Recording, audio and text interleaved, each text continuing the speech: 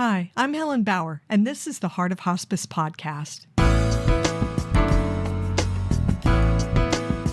The Heart of Hospice podcast is your source for compassionate and informative discussions about hospice and end-of-life care. I'm a certified hospice and palliative care nurse with over 15 years of experience. Whether you're a caregiver, someone with a serious illness, or you simply need to know more about hospice care, this podcast is for you. Join me as we explore all the aspects of hospice, from the details of caregiving to the emotional and spiritual dimensions of end-of-life journeys. For more resources and to connect with me, visit theheartofhospice.com and find us on Facebook, Instagram, and LinkedIn. Keep listening for today's episode.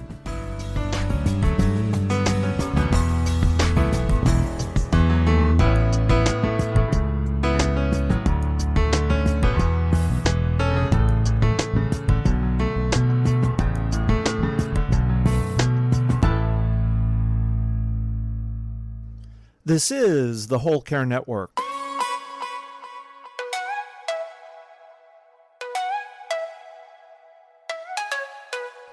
Helping you tell your story one podcast at a time.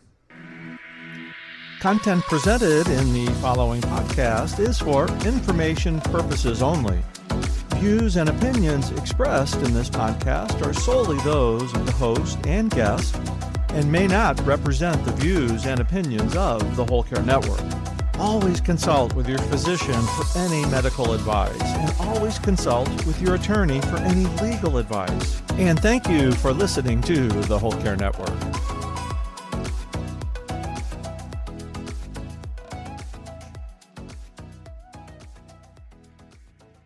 This special episode of the Heart of Hospice podcast is being sponsored by the Death Deck, featuring the End-of-Life Deck.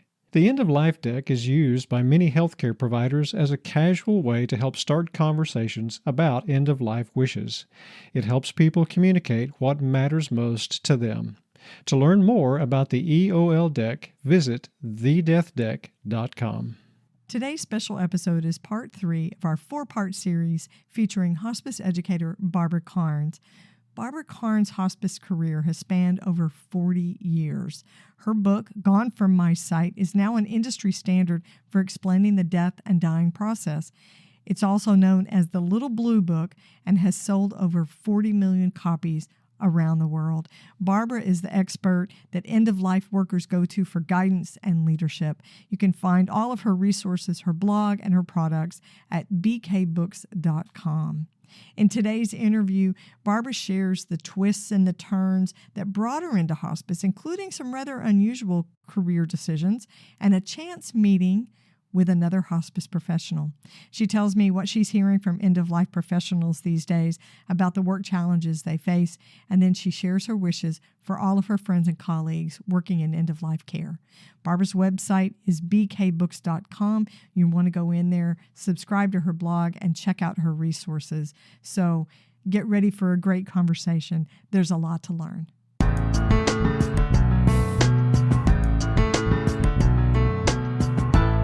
Barbara, welcome back to this special series. It's going to be a great conversation.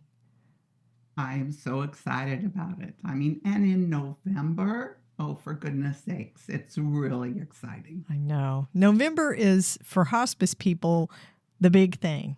National Hospice and Palliative Care Month. And because we're talking about end-of-life care, we're also talking about caregiving. So November is National Family Caregivers Month. So we're going to really cover both hospice and caregiving. We are. In our talking, so. Yeah, you can't have one without the other. So true. Okay, so we're going to start with an end-of-life deck card. Okay? All right, final arrangements. Now, this one gets deep very quickly. Who would you like to be in charge of making your funeral arrangements?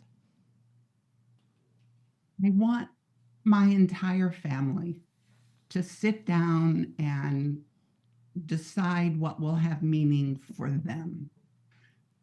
Actually, they know what I think is important. And they were all there when my husband Jack died. and saw how we as a family said goodbye to him. And we talked about it isn't about the visitations and the memorials. It's about the family and how we're going to say goodbye. And I want to carry that. I want my family to carry that message over when they have to deal with my death. I like that. That's a really good question to ask, I think. I love it that it's part of the end of life deck, because I think sometimes people just throw it to the wind and say, oh, they'll figure it out. That's so hard to do. So hard to do. But designating somebody and saying, as a group, I want you to do this, or as a family, I want you to do this, I think that's really valuable and helpful to a family. Well, I think most people are tuned into what is expected with a death. It's expected that there may be a visitation, and those are going away. And that's really sad, because in my mind, that's the most important part of saying goodbye. And the other service that is becoming very popular is a memorial service. Well, memorial services are about listening, and there's no body. There's just a glamorous picture at the end of the aisle. Visitations are about visiting. It's about community. It's about supporting each other. That really, to me, is more powerful than sitting in a pew listening. You're totally right. It's about storytelling. Yes. Yes, which is inherent. It's built into human beings. This is how we pass legacy and memory. Yeah, absolutely. I guess visitations might be going away because the cost of things, and people are getting away from some of the more traditional things. But I'm like you. I like the casual visitation where you can come and go and swap stories. And yeah, I really like that. Okay, so your family's going to have the big job. That's their job. So we're going to get into the questions that we've got, the things we want to talk about today. We're in the third episode of our 4-part special series, and we are going from the very beginning, from when you started in hospice, all the way through what you're doing today to support hospice and end-of-life workers, and also your own personal experience with hospice. So for today's episode, we're going to be talking about your career. And Barbara, you've got over 40 years working in end-of-life. Do you regret any of the time that you've spent, because you have devoted your entire career to supporting and raising up and educating people when it comes to end-of-life care? You ever regret the time that you've spent in this industry? My regret isn't necessarily the time, although I don't know that I would have the knowledge today if I hadn't spent all the time.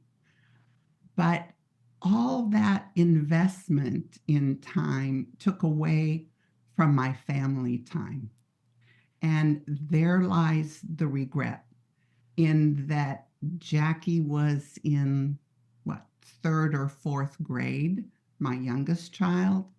And basically it was her father, Jack, that went to the basketball games, that went to the cheerleading, that did all the things that I regret not having done.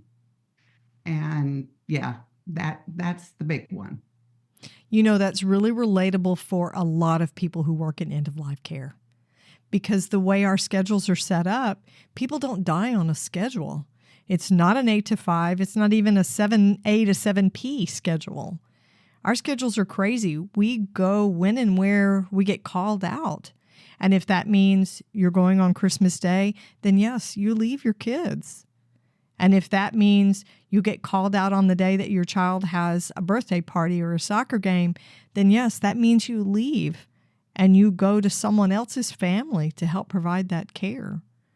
I think a lot of end-of-life workers would say, even though the work is so meaningful and so purposeful, they would wish that they had not taken so much time away from their families. I wish I had figured out a way to balance my personal life and my work life better, because it was all about the work. It was just so special. It's such incredible work that I can't even find a word to describe the depth in my soul that I feel for this work. Yeah, that's absolutely true. It's such a privilege to be able to be a part of an experience like this for someone else. Otherwise, why would we stay in this work? It's hard. It's hard. Yeah. Yeah. It wears us down. It's exhausting. We go places we don't want to go. We talk to people that aren't necessarily very happy with what we're doing or the situation that's going on. If we didn't have a really big purpose, we would never stick with this work. Right. Yeah. You're absolutely right. It's a soul drive more than a career drive. Oh, I like that. I like that. So when you started in hospice, what was your why? You obviously didn't go into it to be a millionaire. Nobody goes into hospice for the money. But why did you want to be in end-of-life care? It goes back to, I graduated from nursing school and felt I made a mistake. And so I didn't work in the medical arena, graduated, never worked. Somewhere along the line, I wanted to be a social worker. And so I went to a college and said, I want to be a social worker. And I can only do it part-time because I have a family. And they said, well, it'll take you 5 or 6 years going it part-time. I said, well, no, that's not fast enough. So then I decided I would be a minister. And I went to a seminary for a year and a half. And after a while there, I thought, no, this isn't it either. So I thought, well, maybe I should look at being a nurse again, and took a refresher course. And here's where divine order came in. Moved to a new city, went to a Unitarian church to learn about world religions. And I went there because I wanted to meet people, because I was new in this city and I thought that's a way to meet people. There in the class was the volunteer coordinator for hospice care of Mid-America. And as we went around the room and introduced ourselves, I said, I want to work for a hospice. I want to work with end of life, because the minister said, share something about yourself. Only reason I said it. After the meeting, Dennis came up to me and he said, we're hiring an RN, first one ever, to be part of our hospice and come interview for the job. And I said, I really can't. I don't know how to be an RN. I've never worked as a nurse. But I'll tell you what I'll do is I'll come and I'll volunteer for you and work with your nurse. And that's what I did. And I volunteered like 20 hours a week. And for me, that was all the classes, all the education that I was trying to get to, and it just, divine order. It just came together beyond any of my expectations. Yeah, you could not have planned that. Both of you sitting in the same meeting. So you were you were able to shadow, and you could not have gotten that kind of education in nursing school at that point. You couldn't have gotten that education working in a hospital, nursing facility, any place, because the knowledge wasn't out there. Our medical model concentrates on disease and fixing people. So there was no, at that time in the late 70s, early 80s, no one knew how people died. They only concentrated on getting them better.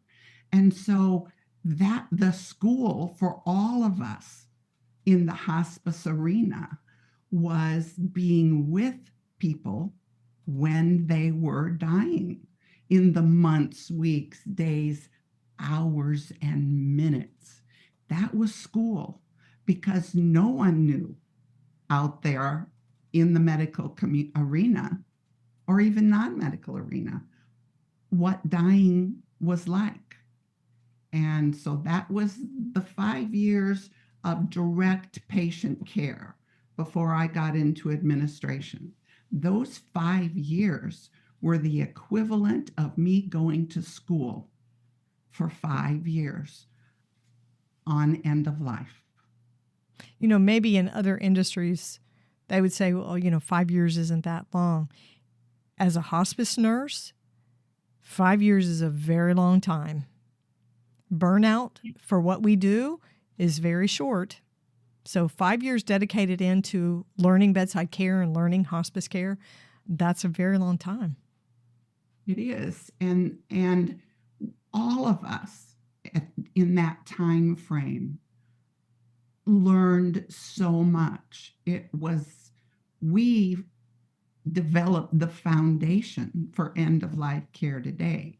And at the end of those 5 years, I then went into administration and management and ended up directors, which was learning and a learning experience also in trying to funnel the end of life care that I learned and the knowledge into how to make it work in a structured situation. Because in the early hospice days, hospice wasn't structured. You made it up as you went along. There were no rules, there were no guidelines. But at the end of 5 years, we then had the Medicare hospice benefit, which set the rules, which set the ground rules for what to follow. And so then you need someone to make sure as an agency those rules were followed. And that's what I stepped into. So Barbara, when you think about the work that you're doing now, you are an end-of-life educator. This is what you do for a living. This is your work through BK Books. And you're not just supporting people who are doing caregiving for somebody who's at end of life. You're also supporting end-of-life workers, people who work in hospice, people who are end-of-life doulas, anybody caring for somebody at end of life working as a professional. So what's your why for the work that you do now? You've had a career that spanned over 40 years. I mean, you could rest on your laurels with what you've already done. What's your why for staying in this now as an educator? I know that people, everyone, particularly Americans, but everyone, has the idea that people die like they do in the movies. And that's not how people die. And yet everybody dies, and everyone is going to be in a situation where they're going to be involved with someone who's dying. My goal, I could even say my purpose, is to educate anyone that will listen about end of life, because no one knows it. It's something every single person's going to do, and the majority of people have no idea what's going to happen. And because they base it on the movies, when their special person doesn't do what happens in the movies, and they won't, then they think something pathological, something bad has happened. Right. And so taking what I learned, which really no one knew at the time. We who were in hospice in those early years were learning about dying. And it seems like it is also our responsibility to carry that forward and continue to educate on what we learned. Because what we learned was a gift. It was a gift that not only was given to us, the flag holders, so to speak, but it's a gift to humanity to learn what dying is like. We used to know Grandma used to die at home in the upstairs bedroom, and we were there and we saw her die. There was no question about anything pathological. This grandma died, and that's how she died. But over the years, probably from the 50s forward, we removed dying from the home and went to the hospital, then nursing facilities. And so nobody was there to see how people died. And now we've come full circle, and I'm trying to neutralize the fear that everyone's bringing to that circle just through lack of knowledge. And so all of us, do I use the word duty to humanity to take the information that we learned and share it? Maybe so. It's almost like we're teaching a new generation a different way, that the medicalized way doesn't work for us as human beings. And so we're unlearning all these habits. People will tell you, I don't want to die in a hospital. I don't want to be connected to machines. So what's the alternative? To be at home with my family. But our culture, at least in the United States, has created this experience that really ill-equips any of us to do this at home. Caregiving is hard. Death can be frightening, and grief can be overwhelming. But we have learned that if we keep them in a sterile space in a hospital, out of sight, it's managed medically with all the machines and the processes, then we're completely removed from that. I find it interesting that despite the fact that we remove ourselves from grandma's death, right? She might not even have anybody with her from the family when she dies. Our grief is no different. Our human grief experience is no different. Then it's always been. Yeah. Then it's always been. However, in saying that, with knowledge about dying, that can bring understanding to our grief. And in that, it can change the way we grieve just through knowledge. You know, my saying is knowledge reduces fear, and that applies to grieving as well. That's a good point. That is a good point. My conversation with Barbara Karnes isn't over, so stay with us to hear more. This special episode is made possible by our friends at the Death Deck. The Death Deck now has another tool for families, caregivers, and healthcare providers to use. It's called the End of Life Deck. Just like the Death Deck, the End of Life Deck uses multiple choice and open-ended questions to facilitate conversations about end-of-life wishes. Certified hospice and palliative care nurse Helen Bauer shares why she uses the EOL deck. As a hospice nurse, I've seen the challenges people experience when trying to communicate their end-of-life wishes to family and friends. The EOL deck is the perfect blend of humor and reflection, making discussions about final wishes less painful and even a little fun.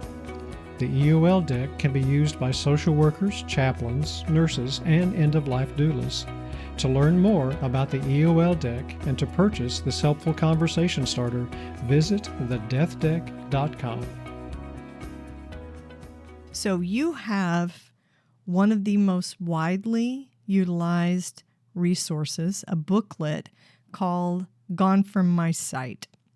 So anybody who works in end-of-life care, or if you've been a caregiver for someone who's been at the end of their life, you might know this as the little blue book. It has a light blue book cover. It's very easily recognized. It's an industry standard for us.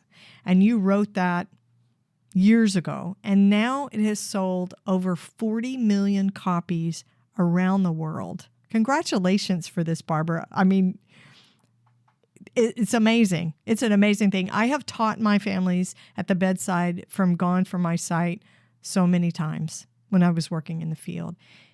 How does it make you feel when you realize that this one simple thing, a small booklet that you wrote as a resource because it was what you needed, how does it make you feel when you realize you've sold over 40 million copies of that? It's incomprehensible. I can't envision that many being sold, and the fact that I feel teary in thinking about it, because, oh my gosh, this little Barbara Karnes in the Midwest was able to create and provide something that has educated and supported millions. It's just hard to even comprehend. It's a blessing. It's a blessing. We need one of those references so we could have an idea of what it would look like how much of a football field or how many times that many booklets would go around the earth, so you have some sort of reference point for the measure. But yeah, that's a huge accomplishment. You have to know that you've influenced people's careers and their death experiences and their grief experiences because of writing just that one book. And it's not the only book that you have. You have some amazing other resources, for dementia caregivers and for professionals who are providing the care so that they know how to take care of themselves while they're doing this work as well. So you are really in touch with people who are working in the industry and people who are actively caring for somebody who is at the end of life. What questions are you hearing from end-of-life workers these days?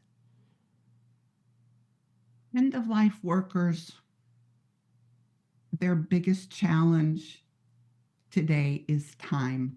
Mm. They are trained in most of them are trained in end of life, and their heart guides them on how to provide the most compassionate, comprehensive care for end of life. And the industry does not give them the time to spend with patients, with families. We've gone from a heart-driven belief, heart-driven drive to a business. And in that, we've lost something, and that makes me sad. Yeah, it's true. It's true. I've said numerous times on the podcast, it's an apples and orange relationship, because we have an industry, a business, that's responsible for one of the most human experiences you can have. It's a factory for a dying person. Those two things just don't jive well. And it's a huge balancing act. Huge balancing act. Well, and one of the things is you get the professional caregiver, the professional at the bedside, the one that's doing all the nursing visits, the social work visits, the home health aid bathing. They're leading and that ground floor compassion that they're bringing along with their knowledge, but there's a sense of dedication and passion. And then you go up the ladder and you get into the administration area, and it's run like a business. And it creates conflict between the mind that is organizing and doing the finances and the caregiver that is meeting the ground level emotional aspect of end of life. And it's a problem. So it is such a blend of heart and science and business and productivity, along with caring for humans, compassion, all of those things, patience and productivity. It is a big balance for end-of-life workers. And my hope is that our caregivers that are at the bedside with their loved ones never feel that. Never feel that, because that's not their concern. They should never have to worry about the productivity of their nurse or their chaplain or social worker. They should be able to focus on the needs of their person. And the caregiver is as much a part of end-of-life work as the patient. And we have to keep that in mind, because it's not about waltzing into a home and looking at the patient and determining where they are in the dying process and leaving. It's about coming in, sitting down in the living room on the sofa with the caregiver or over a cup of coffee with the caregiver, and comforting and guiding and educating the caregiver. That's as much of end-of-life work as the patient. Absolutely. 50% of taking care of the patient is taking care of the caregiver, whoever that might be. So let's talk about this industry that we have. The medical model has created an industry for taking care of death and dying. What would be on your wish list for the hospice industry? I see the wheels turning. I like that. Oh, well, I would. What's the movie with Christopher Reeves in Somewhere in Time, or You Step Back in Time? Yes. I can't think. Yeah, Somewhere in Time, I think. I would like to go somewhere back in time, and knowing the pitfalls that have occurred and make sure they don't happen. That's the movie world, but that's if I could. I see that hospice in the end of life arena is not meeting the end-of-life goals that were originally started. And what I see now is that outside of the hospice arena, we're developing end-of-life doulas. And end-of-life doulas are bringing that time-related time I can spend with you, the non-medical aspect that's such an important part of dying. Dying is not a medical event. It is a social communal event. Right. And hospice is making it a medical event. And end-of-life doulas, in today, you would say I was an end-of-life doula in the 80s. I did what they're trying to do now. And I want someone to figure out how the two can work together. We'll see. Yeah. Louder for the people in the back, Barbara, because I think this is a wish that's echoed by a lot of end-of-life and hospice professionals. Absolutely. Okay. So, Barbara, I want you to send out a wish to anybody who might be listening for those who are working in end-of-life care, whether you've been in it for 15 years or 40 years, or whether you're just starting out as a hospice and end-of-life worker. What would your wish to them be? What would you tell them? I wish that you take care of yourself, that you put your oxygen mask on first so that you can stay in this work, that you let your heart that will tell you the kind of care you can provide be your guide, not what's written down 1 to 10 and all of that. Use your heart to guide you into how to interact with these human beings that are suffering. And in being this end-of-life worker, you have the capacity and the ability to make this dying person and their family have a sacred memory and a sacred experience. We have that ability, we have that knowledge, and that's what I want professional caregivers to want to bring. Perfect. Barbara, where can my listeners connect with you, find Gone From My Sight, and access your blog, all the resources that you have? Go to bkbooks.com. It's my website. You can sign up for the blog. I write a blog every week.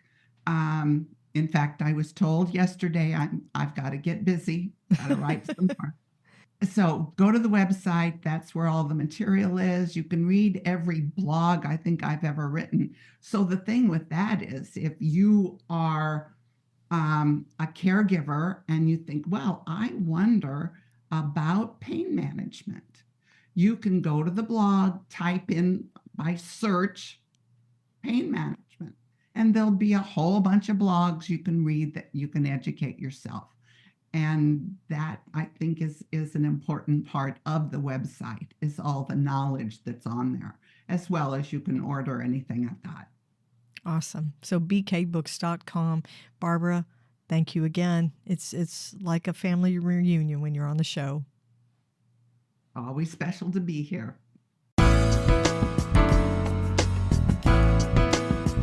Thanks for listening to the Heart of Hospice podcast. Check out our sponsor in the show notes, and please leave a rating and review on Apple Podcasts. We would appreciate it if you would share this episode with your friends and family and anyone who needs to know more about hospice. Connect with us on Facebook, Instagram, and LinkedIn. And remember, no matter who you are or where you are in your hospice journey, you are the heart of hospice.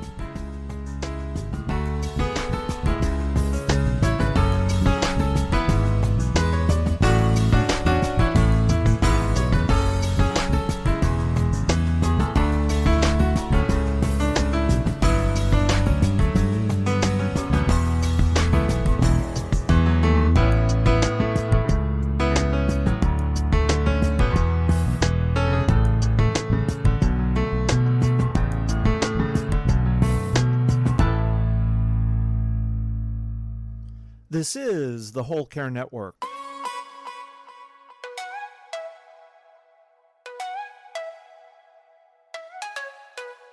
Helping you tell your story one podcast at a time.